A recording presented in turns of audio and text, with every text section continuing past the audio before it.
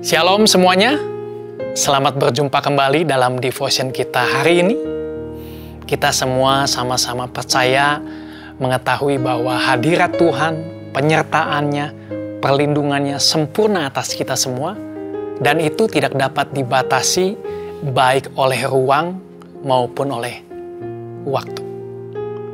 Boleh kita sama-sama membaca di Amsal 24 ayat 16. Dikatakan demikian. Sebab 7 kali orang benar jatuh, namun ia bangun kembali. Tetapi orang fasik akan roboh dalam bencana.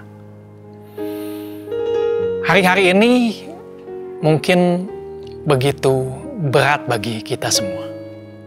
Mungkin kita pun, setiap kita memiliki masa lalu yang tidak baik. Kita menghadapi berbagai kenyataan yang boleh dikatakan buruk bagi kita semua.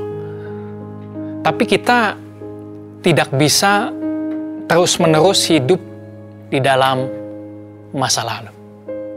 Kita harus terus bergerak, maju. Kita memang tidak bisa melupakan apa yang terjadi di belakang. Tapi kita pun tidak bisa membiarkan masa lalu mengendalikan hidup kita saat ini, bahkan mengendalikan hidup kita masa depan. Nah, ketika kita tidak bisa melepaskan masa lalu ini, ketika kita tidak bisa berani menerima kenyataan, ini akan menjadi hambatan untuk kita saat ini, bahkan untuk memasuki masa depan. Kita tahu kita tidak bisa menghindari masa depan karena ini akan terus berjalan. Kita harus berani untuk menghadapinya. Ketika kita menolak itu, maka akan terjadi dampak yang tidak baik untuk kita. Pemulihan kita akan menjadi sangat lambat. Apa yang baik sulit sekali untuk akhirnya kita bisa dapatkan karena kita terikat masa lalu dan kita tidak berani untuk memasuki masa depan. Dan hal ini seringkali membuat fisik kita pun menjadi terpengaruh. Emosi kita, pikiran kita, segala tindakan kita, perkataan kita semuanya terpengaruh. Mungkin ada di antara kita yang menjadi stres, ketakutan berlebih, kita tidak berani memasuki masa depan, kita takut untuk mendengar kabar apa yang akan terjadi esok hari. Dulu kita memiliki kepastian bahwa esok hari rencana kita semuanya akan berhasil. Tapi saat ini sepertinya kita tidak lagi memiliki kepastian untuk masa depan. Mungkin ada di antara kita yang untuk tidur pun sekarang kita tidak begitu nyenyak. Kita selalu dihantui ketakutan, bahkan mengalami mimpi buruk berkali-kali. Kita bingung apa yang harus dilakukan. Tapi kebenarannya kita tahu bahwa Tuhan selalu bersama-sama dengan kita. Sama seperti yang tadi baru saja kita baca, bahwa walaupun kita jatuh, kita akan bangkit kembali. Karena apa? Karena Tuhan beserta dengan kita. Dalam firman Tuhan kita lihat banyak sekali tokoh yang mengalami kenyataan yang tidak baik. Kehidupan yang penuh tekanan. Mengalami hal-hal yang buruk mungkin dialami. Kita tahu ada Yusuf. Yusuf kehidupannya naik turun secara ekstrim kalau boleh saya katakan. Kita tahu Yusuf anak yang dikasihi oleh papahnya. Tapi ia dibenci oleh saudara-saudaranya. Sehingga akhirnya dia dibuang ke sumur oleh saudara-saudaranya. Dibuang. Gitu. Dan kita tahu akhirnya Yusuf bekerja di rumah Potifar. Dan dia menjadi kesayangan kepercayaan Potifar. Tapi lagi-lagi kehidupannya turun kembali. Oleh istri Potifar. Istri Potifar mengganggu dia. Ya, tapi Yusuf menolak. Tapi akhirnya istri Potifar memfitnah Yusuf sehingga akhirnya Yusuf masuk penjara. Gitu. Kemudian ketika di penjara, kita tahu penjara bukan suatu tempat yang baik. Namun kita tahu Yusuf akhirnya menjadi kepercayaan lagi oleh kepala penjara. Tapi hal buruk terjadi lagi. Ia dilupakan oleh juru minuman. Kita tahu ceritanya.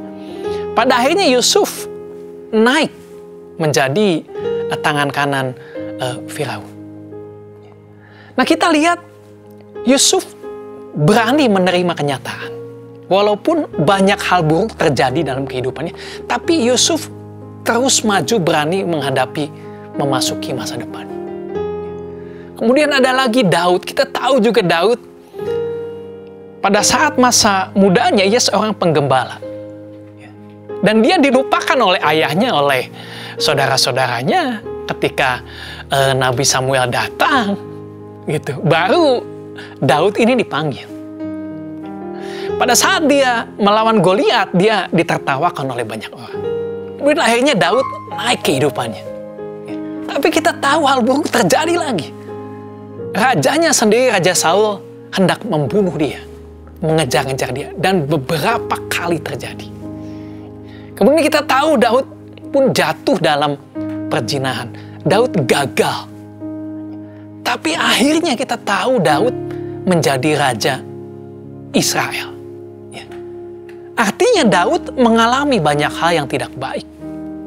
Tapi Daud berani menerima kenyataan itu. Hidupnya tidak tergantung pada masa lalunya. Dan dia berani untuk masuk masa depan. Dan banyak lagi tokoh yang kita bisa lihat. Nah, saya akan memberikan satu contoh lagi. Yaitu dari Yesus Kristus sendiri. Kita tahu Yesus pun sama ketika menjadi manusia dalam kemanusiaannya. Yesus mengalami banyak hal yang buruk. Difitnah, diperlakukan tidak baik, dipersalahkan, ditinggalkan oleh murid-muridnya. Bahkan sampai akhirnya ia disalibkan. Nah, ada satu masa yang menurut saya ini paling krusial yang dialami oleh Yesus. Yaitu sebelum dia disalibkan, yaitu pada saat di Taman Getsemani. Nah, saya percaya setiap kehidupan Yesus ada sesuatu yang Yesus hendak contohkan kepada kita. Salah satunya di sini pada saat Taman Getsemani. Yesus bisa menggunakan segala keadaan, bahkan keadaan yang paling buruk sekalipun, untuk mengajarkan kita sesuatu hal yang penting. Nah, saya akan bacakan beberapa ayat. Saya akan baca di Markus 14 ayat 32, nanti saya akan loncat-loncat. Dikatakan demikian. Lalu sampailah Yesus dan murid-muridnya ke suatu tempat yang bernama Getsemani.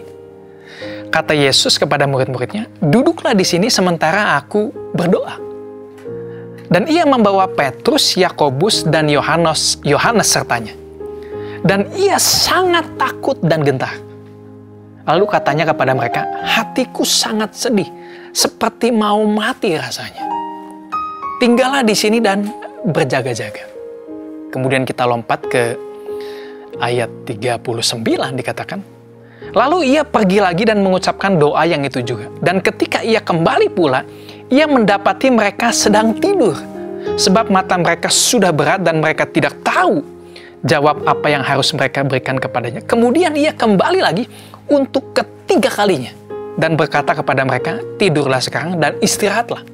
Cukuplah. Saatnya sudah tiba. Lihat, Anak Manusia diserahkan ke tangan orang-orang berdosa. Bangunlah, marilah kita pergi. Dia yang menyerahkan aku sudah dekat." Jadi Yesus dalam keadaannya sebagai manusia dikatakan ia pun mengalami yang namanya ketakutan. Nah, ada sesuatu yang Yesus ajarkan kepada murid-muridnya dan juga kepada kita. Bukan secara tertulis, tapi secara tersirat Yesus mencontohkan sesuatu. Yesus berkata kepada Yohanes, Petrus, Yakobus, "Berjaga-jaga dengan aku. Berdoalah dengan aku." Dan Yesus melakukan ini sampai 3 kali. Artinya, ada sesuatu hal yang penting yang Yesus ingin sampaikan sampai Yesus mencontohkan ini 3 kali. Yesus ingin memastikan mereka dengar melihat apa yang Yesus lakukan pada saat Yesus berada dalam posisi yang mungkin sangat-sangat krusial, sangat-sangat tertekan dalam kehidupannya sebagai manusia. Karena Yesus tahu, murid-muridnya, begitupun kita akan mengalami hal yang sama di mana ketika kehidupan kita berada dalam titik terendah.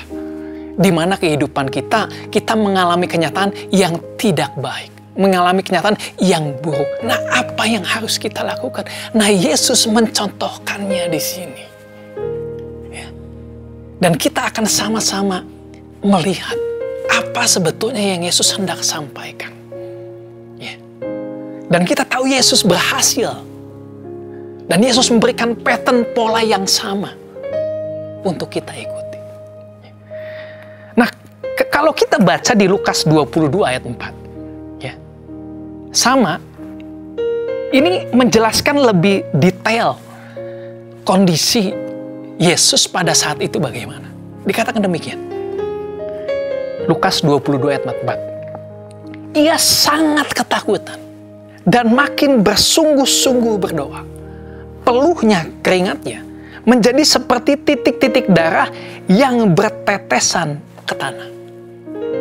Saudara, kalau kita lihat, latar belakang yang terjadi pada saat itu. Di Yudea pada saat itu adalah awal musim semi. Artinya, cuaca itu tidak panas, tetapi dingin. Kalau kita baca selanjutnya di ayat 55, Lukas 22, kita tahu ada banyak orang di sana sedang menyalakan api unggun. Kenapa? Karena hawa udara saat itu dingin. Tapi kenapa Yesus bisa sampai berkeringat, sampai dikatakan seperti darah? Nah, kita tahu Lukas ini seorang dokter. Ya, dalam ilmu kedokteran, seseorang itu mungkin mengalami kondisi seperti ini. Di mana seseorang akan berkeringat, dan keringat itu seperti darah, warnanya merah. Nah, ini dalam ilmu kedokteran disebut dalam kondisi yaitu hemohidrosis. Peristiwa yang sangat langka. Jadi ini terjadi pada saat tubuh mengalami stres yang sangat berat. Tubuh mengalami ketakutan yang sangat dalam, sehingga tubuh ini bereaksi untuk melawan itu semua, sehingga mengeluarkan keringat yang seperti darah. Tidak ada luka, tapi keringatnya merah, darah.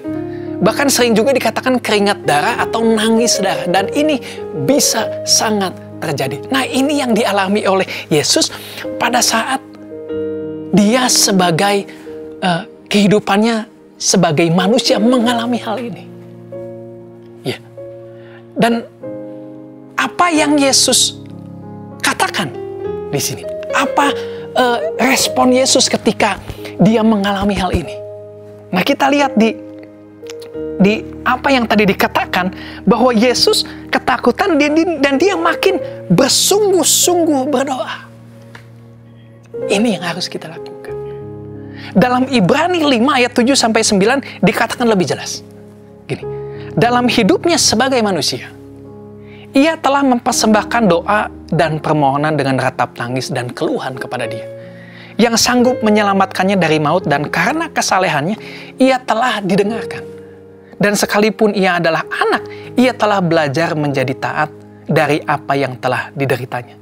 Dan sesudah ia mencapai kesempurnaannya, ia menjadi pokok keselamatan yang abadi bagi semua orang yang taat kepadanya. Nah, dikatakan di sini, Yesus mempersembahkan doa dan permohonan dengan ratap tangis dan keluhan. Dalam terjemahan lain dikatakan Yesus itu berteriak dan menangis. Ya. Kalau kita ada dalam posisi yang mungkin berat, ya, kita mengalami satu kejadian, kenyataan yang buruk yang memang harus kita alami. Ya. Nah, apa yang harus kita lakukan? Nah, kita bisa berteriak, kita bisa menangis kepada Tuhan. Dan itu wajar. Kita bisa mengungkapkan segala sesuatunya dalam doa dan permohonan kepada Tuhan.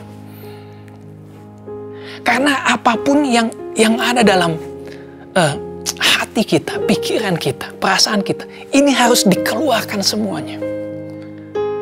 Apalagi sesuatu yang tidak baik. Karena ketika kita terus menyimpannya, ini tidak membuat kehidupan kita semakin lebih baik. Tidak mempercepat pemulihan kita semakin lebih baik. Tapi ini bisa menjadi racun dalam tubuh kita. Akhirnya berdampak pada perkataan kita, pikiran kita, tindakan kita. Dan ini harus dikeluarkan semuanya. Ungkapkan semuanya. Jadi jika saat ini saudara begitu mengalami beban yang berat, kesedihan yang amat dalam, ya, ungkapkan semuanya kepada Tuhan. Nah, Yesus mencontohkannya.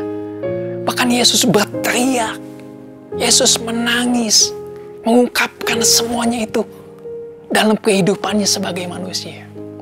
Nah, Yesus tahu kita pun mengalami hal ini. Dan ini baik jika kita bisa mengungkapkan segalanya kepada Tuhan. Dan Tuhan mendengar. Nah, jika saudara mengalami ini adalah hal pertama yang saudara bisa lakukan. Saudara bisa berdoa, mengungkapkan segala sesuatunya. Jangan disimpan karena ini tidak baik. Ya. Keterbukaan itu awal pemulihan. Dan saya percaya ketika kita mengungkapkan semuanya ini, kita bergerak dari yang tidak baik menjadi baik. Pemulihan kita tanpa terasa akan semakin cepat. Amin. Ya. Dan yang kedua, ketika dikatakan di sini dalam Ibrani 5, ia telah belajar menjadi taat dari apa yang telah dideritanya. Setelah kita mengungkapkan semuanya, apa yang harus kita lakukan? Jalan yang terbaik adalah kita tetap taat. Walaupun kita sedang dalam penderitaan. Kita bisa bertanya sama Tuhan. Tuhan, apa yang harus saya lakukan? Dan jalan yang terbaik untuk kita keluar dari semua permasalahan adalah melakukan kehendak Tuhan. Kita bisa bertanya sama Tuhan. Tuhan, apa yang harus saya lakukan? Amin. Memang sulit sekali kalau kita berada dalam situasi yang buruk. Saya tidak tahu apa yang saudara alami. Ya, tapi saya tahu ini sangat sulit. Ya. Saudara pun mungkin bisa mengatakan, tidak ada orang yang tahu apa yang saya alami. Memang tidak ada orang yang tahu apa yang saudara alami. Tapi ada satu pribadi yang tahu persis apa yang saudara alami, yaitu Yesus. Dan dia sudah mengalami apa yang terburuk sebagai manusia. Dan dia mencontohkannya. Bagaimana kita bisa mengatasinya. Nah, kita tahu pada saat Yesus berdoa di Taman Getsemani, Yesus memanggil Petrus salah satunya. 3 kali Yesus bilang, jangan tidur, berdoa. Tapi kita tahu ketiga-tiganya tidur. Bahkan Petrus pun tidur. Tiga-tiganya Petrus tidur. Nah, kita tahu setelahnya Petrus itu menyangkal Yesus 3 kali. Nah, di firman Tuhan tidak tertulis apakah ada korelasinya pada saat itu ya Petrus tidur 3 kali tidak berdoa dengan kejatuhan dia akhirnya menyangkal Yesus. Kita mungkin seperti Petrus. Kita mungkin mengalami kegagalan saat ini. Tapi kebenarannya, kita ini tidak pernah gagal ketika kita bersama-sama dengan Yesus. Begitupun juga dengan Petrus.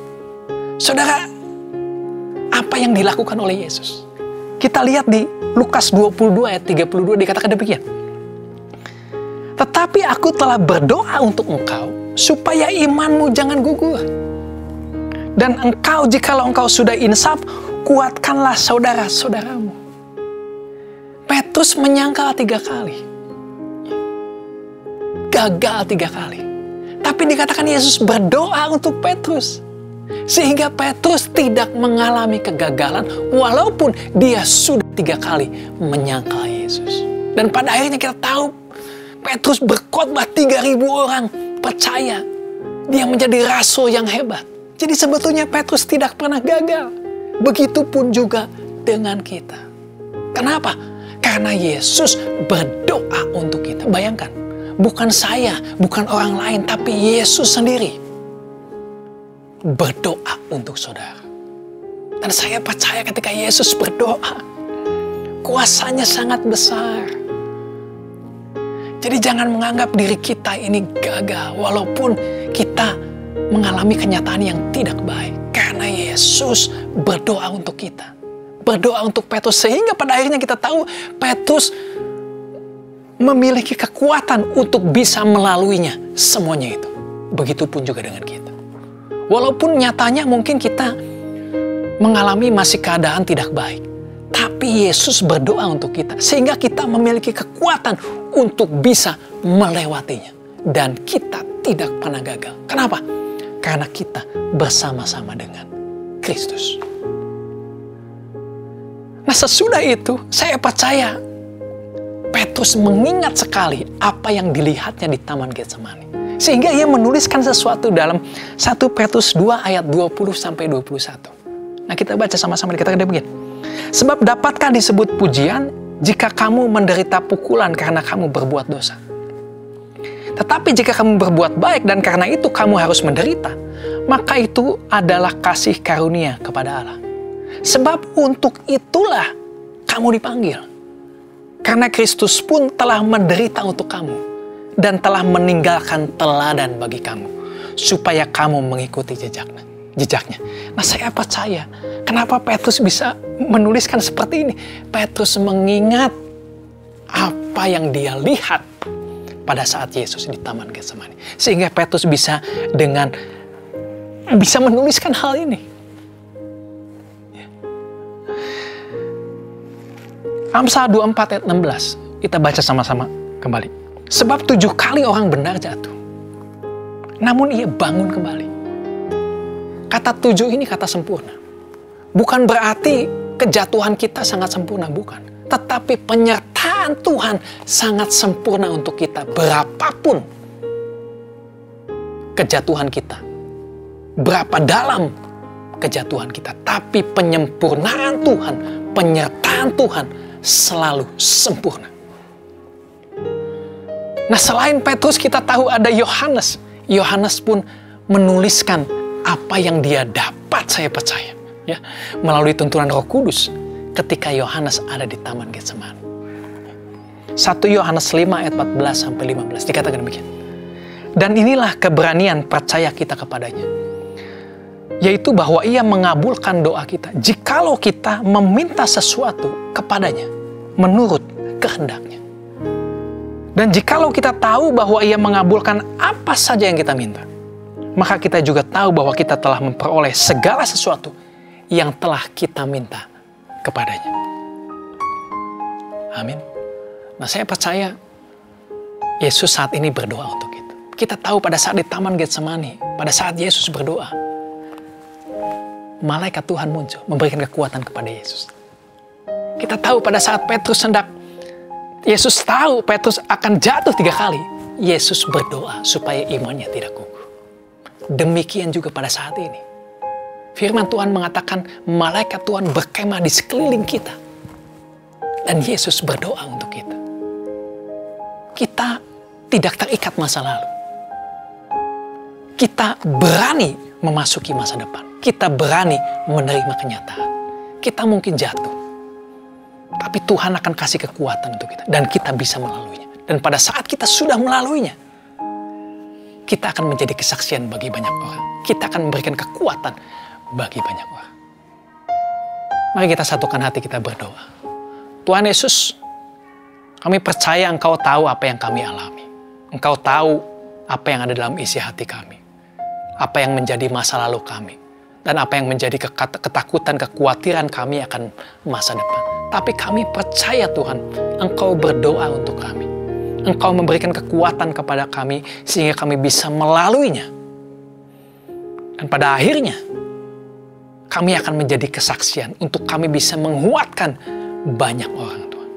Tuhan, saat ini berdoa untuk setiap kami yang memiliki beban yang sangat berat. Mungkin tidak bisa tidur, Tuhan. Selalu dihantui oleh imajinasi-imajinasi yang buruk, suara-suara yang negatif. Ketidakpastian, Tuhan, akan masa depan, Tuhan. Tapi kami percaya masa depan itu sungguh ada. Dan harapan kami tidak pernah hilang. Karena kami bersama-sama dengan Engkau. Terima kasih Tuhan, kami percaya semakin hari kehidupan kami semakin lebih baik. Dan kami akan bangkit, Tuhan. Kami berani untuk memasuki masa depan, Tuhan. Karena Engkau sudah terlebih dahulu berada di depan kami. Terima kasih Tuhan. Damai, sejahtera, ketenangan, sukacita yang melimpah yang daripadamu, yang melampaui akal budi, turun atas kami semua saat ini. Dan bersama Engkau selalu, Tuhan, selalu ada jalan, ada penyertaan, ada kekuatan, ada perlindungan yang daripadamu. Dalam nama Tuhan Yesus, kami berdoa dan mengucap syukur. Amin. Tuhan Yesus memberkati.